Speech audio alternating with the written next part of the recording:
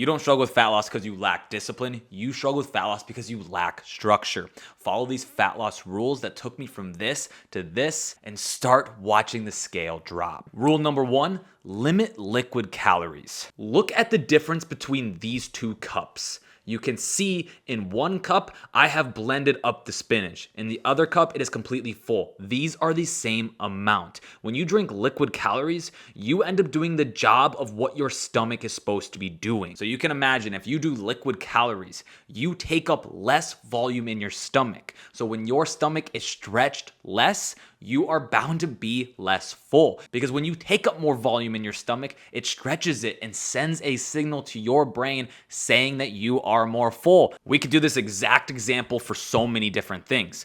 Imagine if this was strawberries instead. If you had a drink that was strawberries versus eating a bunch of whole strawberries that were the same calories, which one do you think is going to make you more full? Obviously, the one that has more volume. So what should you be doing? Start swapping out any sort of liquid calorie thing that you have and start going for more of a 0-calorie option. So for example, instead of going for the Coke, go for the Coke Zero. And yes, Coke Zero is way better than the Pepsi Max. Instead of going for the very high-calorie coffee creamer, start going for the low-calorie option. There are so many 0-calorie sweetener options. If you are having a coffee, they literally make coffee sweeteners that are practically 0 calories. And I'm not only talking about these drinks, I'm also talking about alcohol, which leads me into number 2, limit the amount of alcohol that you have. Alcohol is almost double the amount of calories as protein and carbs. Alcohol is 7 calories per gram, whereas protein and carbs is going to be 4 calories per gram. Not only that, but I know when you're going out for margs with the girls,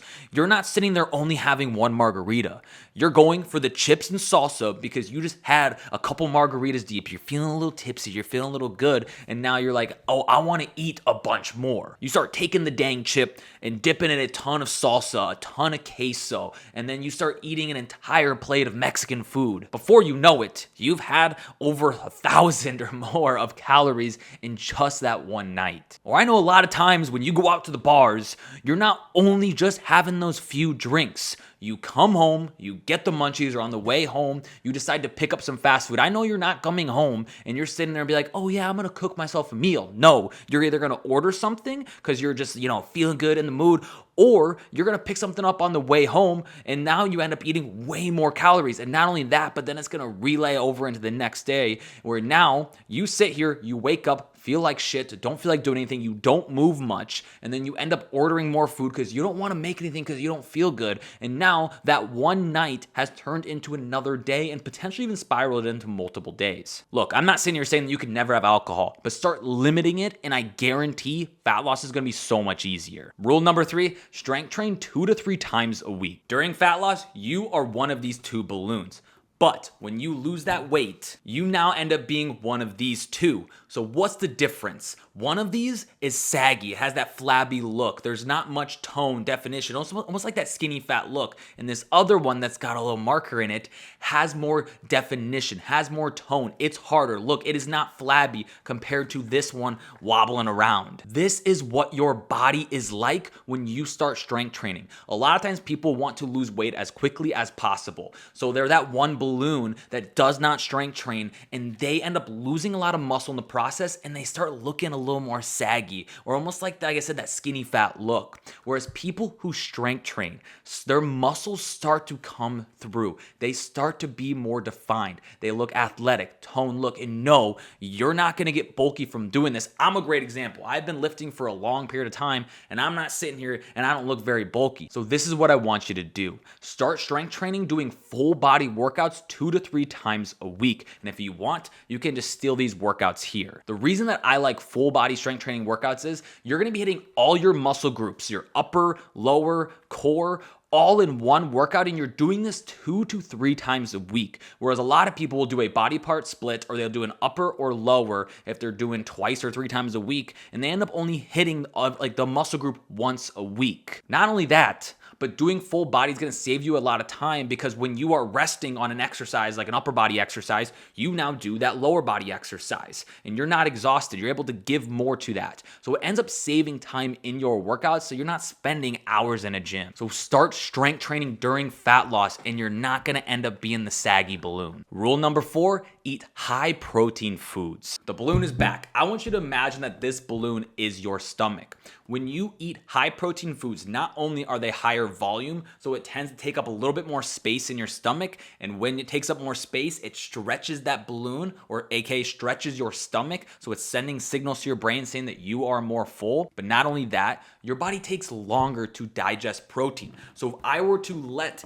out air out of this balloon, higher protein diets tend to let out air slower. So you have more volume within your stomach for longer. Whereas eating higher carbs or more fats, that's going to tend to go out of your stomach quicker. It takes your body quicker to digest this. So that fullness in your stomach is there for less. So if you eat higher protein, it's going to be in there longer. So it has the feeling of fullness for much longer. And not only all of that, but protein actually lowers a hunger hormone in your body called ghrelin. It's like the Deal or No Deal dude calling you up. I don't know if anybody remembers that show, but calling you up and being like, should you eat more or should you eat less? Like, of course, you're going to end up eating less when your brain is when your stomach is sending a signal to your brain telling you, dude, you are more full. Obviously, the chance or the likelihood that you end up eating less is much higher. So how much should you eat? What I want you to do is take your goal body weight times 0.8, and that is going to be the amount of grams to eat in protein every single day. If this number seems way too high,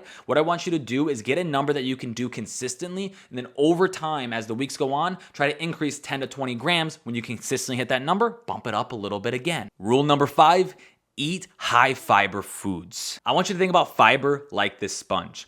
What fiber does really well is that it absorbs water. So now imagine when this sponge ends up absorbing water, it gets bigger. When it gets rid of water, it tends to get smaller. Your stomach is working this way with fiber. When you eat more fiber, it absorbs the water and tends to get bigger, and once again, stretches your stomach. What happens when it stretches your stomach? Sends a signal to your brain saying that you are more full. And fiber works the same way, just like protein does. It tends to leave out of your stomach at a slower rate. Think about it like a toll road. And I know they're freaking annoying if you've ever gone through a toll, but it slows down all of the traffic trying to go through, because you got to sit there, you got to pay the toll, or maybe you have to scan the little thing on top of your car and you have to slow down to about 25 miles per hour, slows down all the traffic behind you. That's what fiber is like. It leaves your stomach slower, just like protein does. So you end up being full for longer. That balloon stays bigger for longer and shrinks at a much lower rate, just like your stomach. Fiber is also unique in the sense of when you eat carbs, it spikes your insulin a lot less. It blunts that insulin spike. Not saying it's a bad thing to eat carbs, but you are going to have a lot less crashes. And when you crash, guess what? It tends to lead to lower energy, and you're probably going to crave something later on. So imagine if you eat more fiber into your diet, it is going to make it so you have less of these crashes, which is going to lead to you probably snacking a lot less. And honestly, probably be in a little bit better moods too. Like if you ever ate like a whole thing of Ritz crackers and then later on you want like a pop, you want something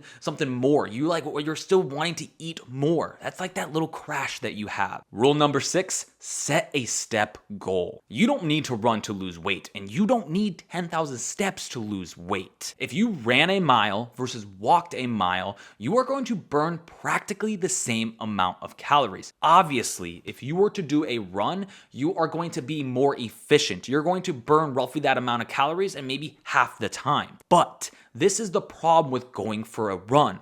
A lot of times, this is not something that people can sustain. This is not something people enjoy doing. Whereas going for a walk is a piece of cake. You can call somebody on the phone. You can sit there and scroll any sort of social media. You can do work technically while you're walking. You can listen to podcasts. There's so many things that you can do when you're walking. It is a much more enjoyable thing. So in turn, you are more likely to walk much longer consistently for the rest of your life than running. But not only that, when people tend to run more, they tend to get more cravings. They start to crave more salty things. So a lot of times they end up eating back the same amount of calories they burned, if not more, than if they just went for a walk. So what should you do? What I want you to start doing is set a step goal that is attainable. Once again, it doesn't have to be 10,000 steps. That whole 10,000 steps was like a marketing number. It was like they did this as, and it's like a cool number, right? Like there's obviously a lot of health benefits to getting 10,000 steps, but it's not magical. What I want you to start doing is start doing 2,000 to 3,000 more than you currently are doing. And then when you consistently hit that number, you can start bumping it up another 2,000 to 3,000 again.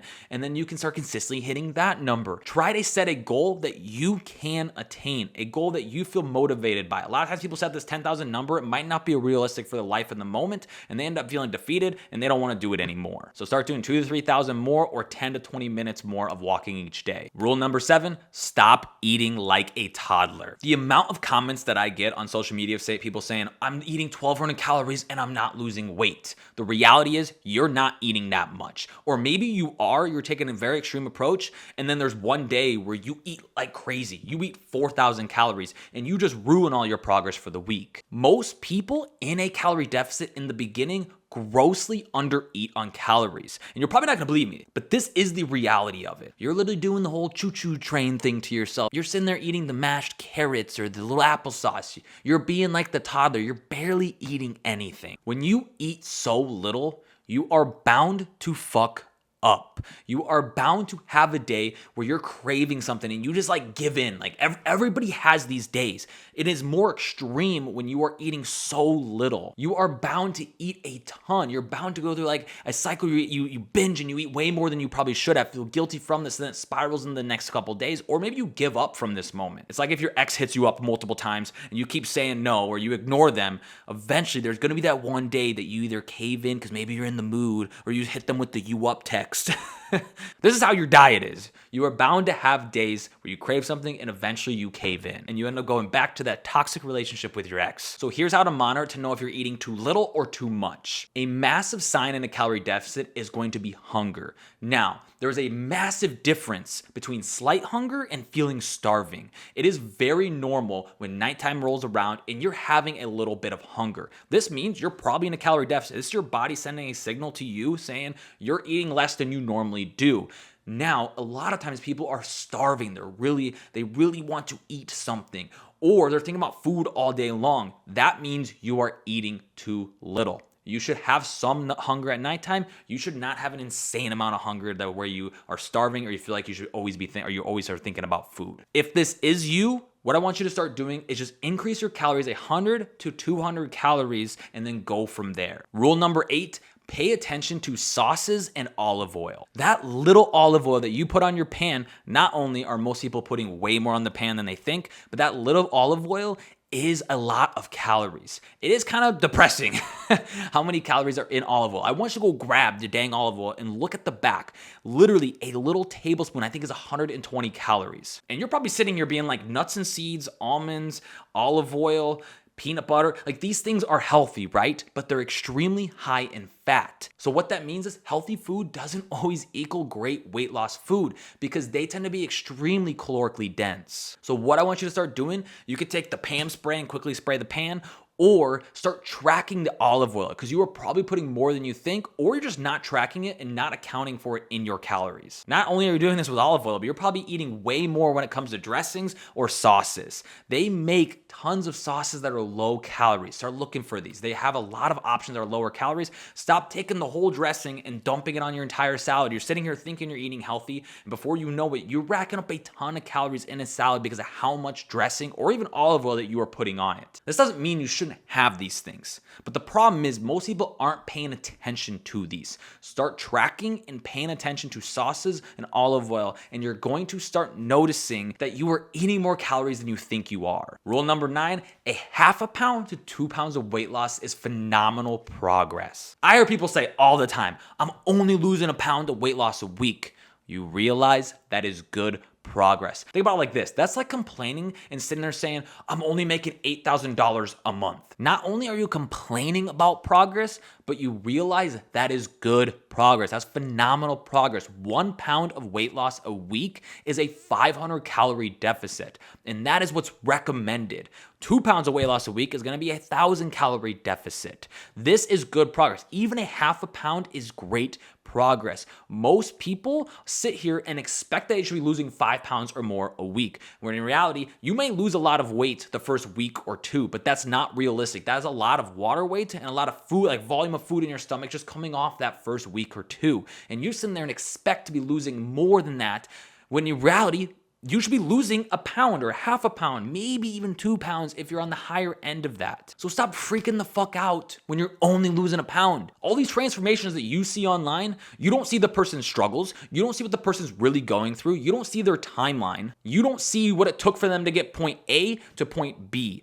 It is going to take more time than you want it to be. But the good side of that is you should know if you put the work in, you will get there. That's like you expecting a business to make $300K in the first year. And anything below that, then you're disappointed. Quit being so impatient and start setting realistic expectations. These rules are extremely crucial to start losing fat. But there's a very good chance when you get to week 3, you're going to hit a stall. So if you want to avoid this, then I would suggest you watch this video here.